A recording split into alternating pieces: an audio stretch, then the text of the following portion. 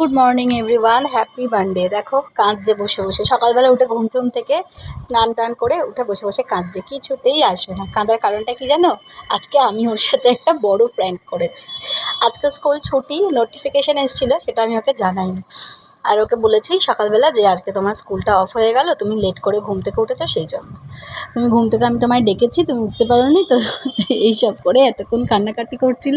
তারপরে যাই হোক একটু ঠিকঠাক হলো মুড, যে কেন তুমি আমার স্কুল কামাই করিয়ে দিয়েছো। তারপর ব্রেকফাস্ট করতে বসেছি, জ্যাম, ব্রেড আর ডিম পোচ দিয়ে, বানানা দিয়ে। দেখো এখন কটা বাজে জানো? 10টা বেজে গেছে।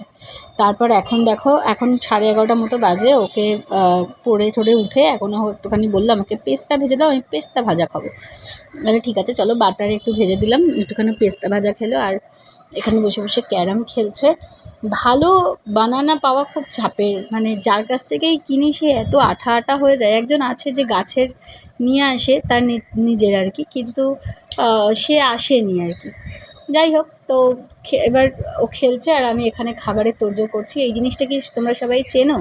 এটা খেতে কিন্তু বেশ ভাল লাগে, তাই না বলো? আমার তো বেশ ভাল লাগে, একটু ঝাল ঝাল করে এরকম ভাজলে, সেটা টক ডাল হোক বা যাই ডাল হোক, তার সাথে খেতে বেশ ভাল লাগে। আজকে মেনুটা শেয়ার করি। ভাত, নিম পাতা আলু ভাতে, আর কালকের একটু পুঁই শাকের চচ্চড়ি ছিল, সেটা আমি একাই খাচ্ছি।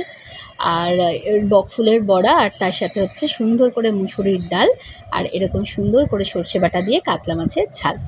এই হচ্ছে, ভুলে গেছি আমের চাটনিটা শেয়ার করতে, আমের চাটনিও আছে।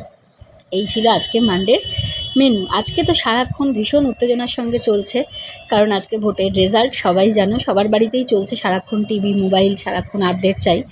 তো এইরকম একটা উত্তেজনার মধ্যেই আমরা লাঞ্চ করতে বসেছি। 1টা বেজে গেছে বলে। আর সোনামার মুখটা এরকম কেন জানো? আমি ভাতটা নিয়ে ওকে ডাকছি, এটা হচ্ছে নিম পাতা আলু দিয়ে মাখা ভাতটা, কারণ ও জানে যে এই তেঁতোটা না খেলে কোনোভাবেই ও মাছ মাংস ডিম কিচ্ছু পাবে না, এটা ওকে খেতেই হবে।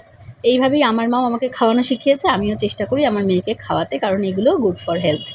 আফটার দ্যাট ও ঘুমাচ্ছিল, ঘুম থেকে উঠে ওকে আমি একটা প্রোটিন শেক বানিয়ে দিয়েছি। এই যে দেখো, সেই গুঁড়োটা ওরকম করে করে খাচ্ছে।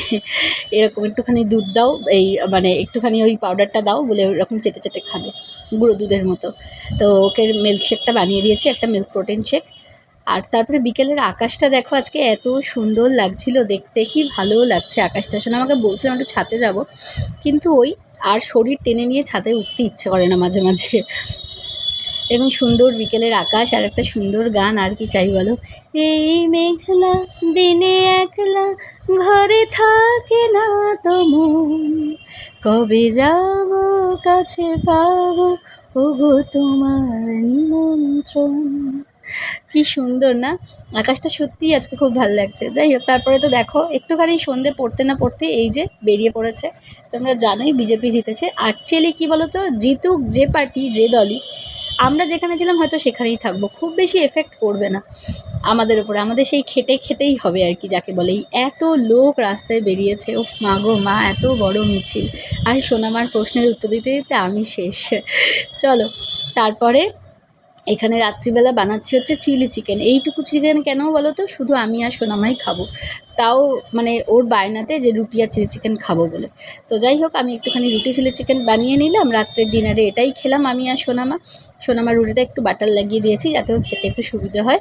ওর একটু সর্দি হয়েছে, সেই জন্য খাওয়ার একটু ইচ্ছাটা কমই আর কি। একটু ঝাল ঝাল করে চিলি চিকেন বানিয়ে দিলাম, খেতে চাইলো বলে, তো সেই জন্য ওটা খাচ্ছে। চলো আজকে ব্লগটা শেষ করি। তোমাদের কেমন লাগলো?